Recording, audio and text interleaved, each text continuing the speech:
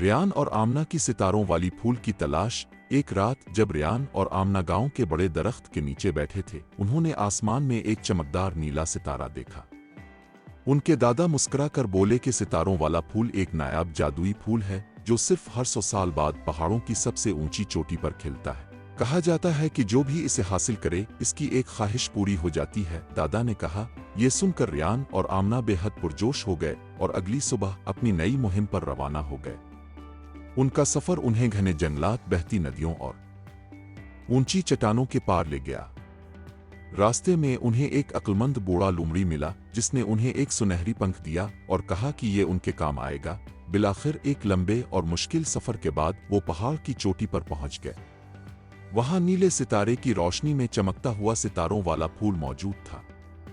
جیسے ہی انہوں نے اسے احتیاط سے توڑا، پورا آسمان جادوئی روشنیوں سے بھر گیا۔ انہوں نے ہاتھ پکڑا اور ایک خواہش کی، اپنے لیے نہیں بلکہ اپنے گاؤں میں خوشی اور مہربانی کے لیے۔ پھول چمکنے لگا اور روشنی کی چمکدار کرنیں آسمان کی طرف بلند ہو گئیں۔